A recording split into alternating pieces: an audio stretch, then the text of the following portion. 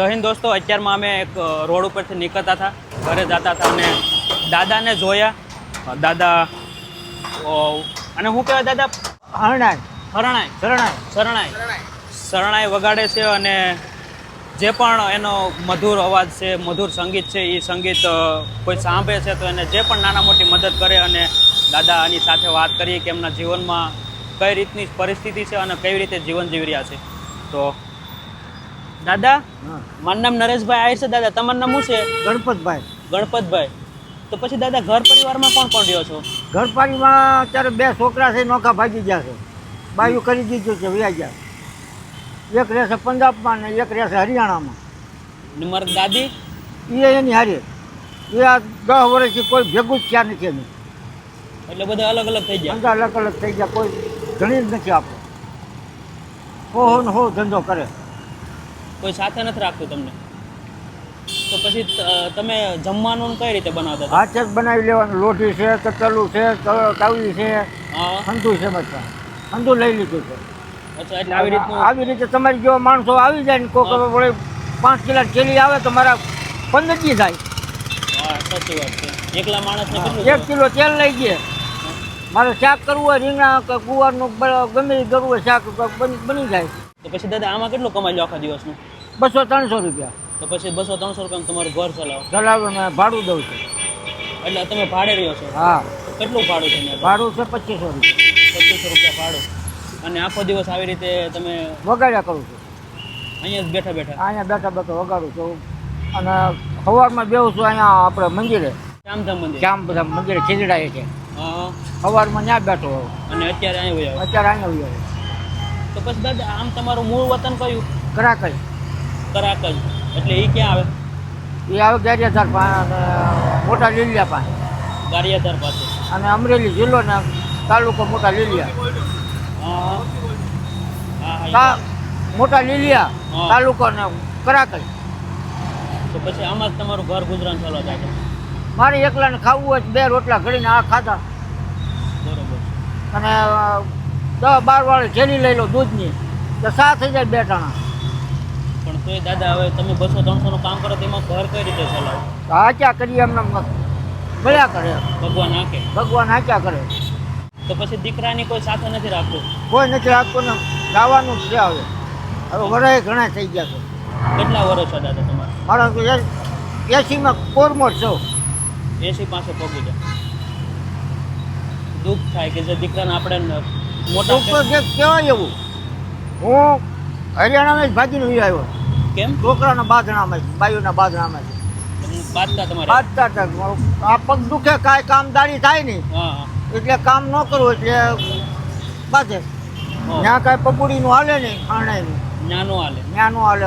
રાજસ્થાનમાં, હરિયાણામાં, પંજાબમાં ક્યાંય ન હાલે. પછી તમે અહીંયા ગુજરાત હોય? બધા ગુજરાત હોય. મારું ગામ જ કરાક જ છે. કરાકજ. હા. હું કમથી કમ 50 વર્ષથી હરણાઈ વગાડું છું. આવી રીતે?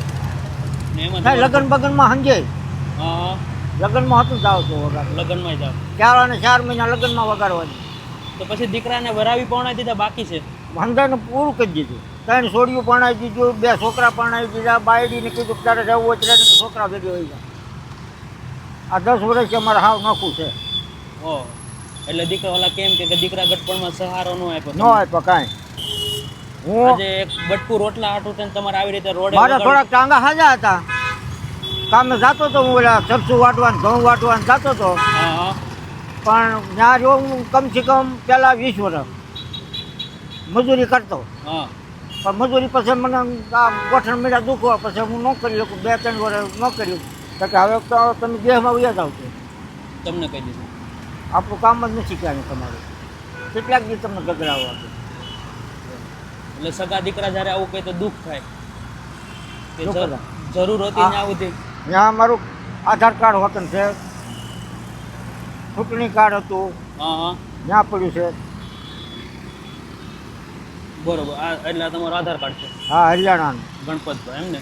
બરોબર. તો પછી દીકરાની બધા ત્યાં રહે અને તમે અહીંયા? હા.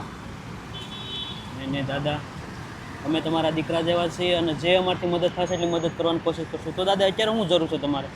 લોટની થેલી લાવી દો ને 1 તેલની બોટલ લાવી દો એટલે કોઈ 3 વર્ષ લાગી ગયું થોડી સાહેબ. એટલે કરિયાણું જોવે હા તમારે કરિયાણું જોઈએ, ખાવાનું જોઈએ, તમે તારે જ્યારે દઈ જાઓ ત્યારે. નહીં ચોક્કસ ચોક્કસ.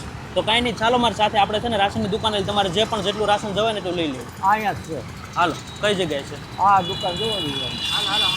હાલો હાલો. કઈ જગ્યાએ કરિયાણા દુકાન?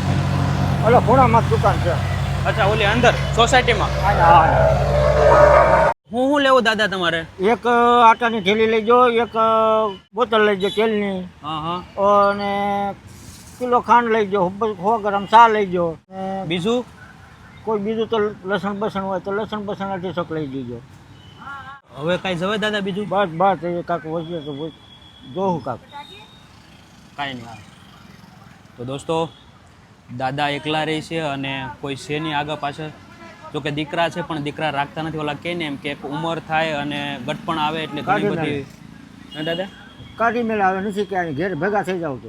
એમ તો ઘર છે મારે દેહમાં, ગામડે ઘર છે એટલે દીકરાએ ધિકારી દીધા. ઓલા કહે ને એમ કે દુઃખ લાગે વધારે બાપને કે એને જેને હાલતા નહોતું આવડતું એને હાલતા શીખવાડ્યા. હા, અને આજે પગભર થયા છે તો બાપને કાઢી મેળ્યા જે ભેગા થઈ જાવ તો. હું સમજી શકું એક બાપની વેદના કે આવી રીતે દીકરા તરછોડી દે તો ખૂબ દુઃખ લાગે. એમ કદાચ આપણે 2 ટક ખાવાનું ન મળે તો હાલે, પણ દીકરા આવી તરછોડી દે તો દુઃખ લાગે. એને હું સમજી શકું. એટલે દાદા એકલા રહે છે અને પોતાનું ઘર ચલાવે છે, હાથે જમવાનું બનાવે છે. અને અહીંયા રોડ ઉપર પેલી શું કહેવાય શરણાઈ વગારી. તો દાદા એકલા રહે છે, પોતાની હાથે ખાવાનું બનાવે છે. અને આવી રીતે સર્કલ પર નવજીવન સર્કલ છે અને ત્યાં પોતે શરણાઈ વગાડી અને પોતાનું ઘર ગુજરાન ચલાવે છે. આખો દિવસ વગાડે ત્યારે 100-200 રૂપિયાનું કામ થાય. અને કામ તો મતલબ કોઈ લોકો આપે, ક્યારેક ન આપે. આમાં તો એવું તો નથી કે વસ્તુ છે તો આપણે વેચીને આપણે મળે, પણ થોડું ઘણું આપે તો એમાં દાદા પોતાનું ઘર ચલાવે. અને સાંજનું ખાવાનું કોઈ આપી જાય તો ઠીક છે, નકર પછી દાદા પોતાની રીતે ઘર ચલાવે છે. તો આપણથી જે પણ મદદ થઈ શકે, દાદાને હાલ જે પણ રાશનની જરૂરિયાત છે તો આપણે એને રાશન લઈ આપી, જેથી કરી શાંતિથી એનું 3 ટાઈમનું જમી શકે અને બેસી શકે આરામથી. ને દાદા? બરાબર. બોલો દાદા, બીજું કઈ લેવું છે દાદા તમારે? બીજું તો કાંઈ જે હોય કોઈ મસાલો કોઈ હળદર છે, કોઈ લઈ બાજિયા જીરું. ચોક્કસ કાંઈ નહીં લઈ લે. હા દાદા, બેન કરી દો. બરોબર દાદા? બસ હાલો, કોથળામાં પેક કરી દો. એને હાદું મહિના ઉપર ગયો ભાઈ.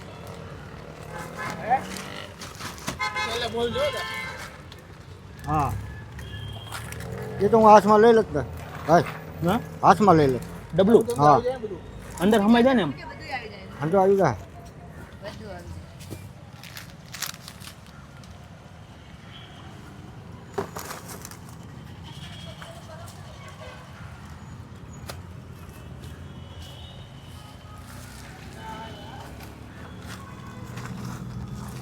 હવે કંઈક બાંધવાનું લાવો. બોલ દો નાડી બાંધને કે લી.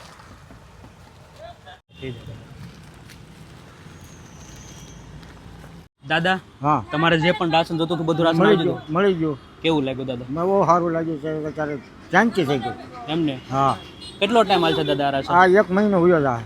એમને? હા, આખો મહિનો ઉયો જાય. ચોક્કસ દાદા. અને એકલાને ખાવું એટલું વધી જાય ઉતાને. એમ એટલે જે જોતું હતું બધું લઈ લીધું ને દાદા? બધું લઈ લીધું. હજી કાંઈ લેવું હોય તો કાંઈ કહો. બાકી નથી. નહીં? કાંઈ નહીં દાદા, આશીર્વાદ આપજો કે અમે તમારા જેવા લોકોની વધુ મદદ કરી શકીએ. બગદાણાવાળા બાપાની આશીર્વાદ છે તમારે. એને પાકું દાદા. અને જે પણ અમારથી થઈ શકે એટલી મદદ કરવાની કોશિશ કરી છે દાદા. બરાબર છે, સહી છે. ખુશ છો ને દાદા આજે? હા, ખુશ એમને રેડી ખુશ થઈ ગયો હું. આવી રીતે કોઈ મદદ કરી છે આગળ? નહીં, મહિનાથી કેડે પાસે તો અહીં બેઠો હોય ને ભટકાઈ જાવ તો પાછી પાકું દાદા. અને અમે તમારા દીકરા જેવા છે દાદા. હા, ભગવાન હોવું ને સારું કરશે. ચોક્કસ દાદા. કાંઈ નહીં, એટલે અમારો આશીર્વાદ છે ગરીબ માણસનો. ભગવાન દોસ્તો, જે પણ આપણથી મદદ થઈ શકતી એટલી મદદ કરવાની કોશિશ કરી છે દાદાને. દાદા પોતાની મહેનત કરી જે પણ એની પાસે કા છે એનું લોકો સમક્ષ રાખી અને જે પણ 10-20 રૂપિયા આવે છે એમાં પોતાનું ઘર ચલાવતા હતા. આપણથી જે પણ મદદ થઈ શકે એટલી મદદ કરવાની કોશિશ કરી છે. અને દાદા સુરતમાં આપણે નવજીવન સર્કલ છે, નવજીવન સર્કલની પુલની નીચે બેઠા હોય છે. તમે કદાચ જો અમારા વિડીયોના માધ્યમથી સુરતના હો અને ક્યારેક નીકળો તો દાદાને અવશ્ય જે પણ તમારાથી નાના મોટી મદદ થઈ શકે એટલી મદદ કરજો, જેથી કરી એ પોતાનું ઘર ગુજરાન ચલાવી શકે અને કહેવાય ને કે દીકરા તરસોડી દીધા એમ એમના ઘરનાએ પણ તરસોડી દીધા છે. હા નકર આવી ગટપણમાં તો મારા દાદીને સાથ આપવો જોઈએ ને. આપવો જ પડે પણ ખાધું તાલે ખાધું જ જેવું રહેતી તાલે જ્યાં સુધી પગ ચાટ્યા હાલતા હતા તાલે ખાધું પછી તરસોડી દીધા. તરસ પડી દીધા જાઓ કે તમે ત્યાં ઘેરે રહીજો કે ઓહો. આમ થઈ ગયું. દાદા. પછી એક અમારા ગામના ખેડૂ હતા. ખેડૂએ મને અહીંયા લાવ્યો ત્યારે મને કે અહીંયા બેઠો બેઠો હરણે વગાડ ત્યાં બેઠો ખીગડે પહેલો વહેલો કે વગાડીને શરૂ કરી દીધી. 2 મહિના શેક ધરવા અહીંયા સૌ સુરતમાં. હા એની દાદા ચોક્કસ. 2 માસી આવ્યો છું અને હવે લગ્ન ગાળામાં બહારાટી બોલાવી દીધી છે. એમ ને. હા કાંઈ નહીં. તો કાંઈ નહીં દોસ્તો, પ્રેમ સપોર્ટ આપતા રહેજો અને વિડીયોને વધુ શેર કરજો. હા. તમે જો આવા કોઈ વ્યક્તિને જોવો છો, નિરાધાર વ્યક્તિ છે, બેસહારા વ્યક્તિ છે, તો અવશ્ય એની મદદ કરવાની કોશિશ કરજો. કેમ કે આપણી એક નાની મદદથી એના જીવનમાં ઘણો બધો બદલાવ આવતો હોય છે. હા આજે આપણા માટે કહેવાય ને કે 1000, 2000, 5000ની વસ્તુ આપી કાંઈ બહુ મોટી વસ્તુ નથી, પણ કોઈ વ્યક્તિનું આખું ઘર એમાં ચાલતું હોય છે 2-5 હજારમાં. એટલે જે પણ દાદાને રાશન જોતું હતું એટલું બધું રાશન દાદાને લઈ જ આપ્યું છે. હા અને તમારા બધા લોકોનો સાથ સહકાર છે. બસ આવી રીતે પ્રેમ સપોર્ટ આપતા રહેજો અને વિડીયોનો વધુ શેર કરજો. હમ. જય હિન્દ, જય ભારત. જય. બરોબર ને? બરોબર હાલો. હાલો.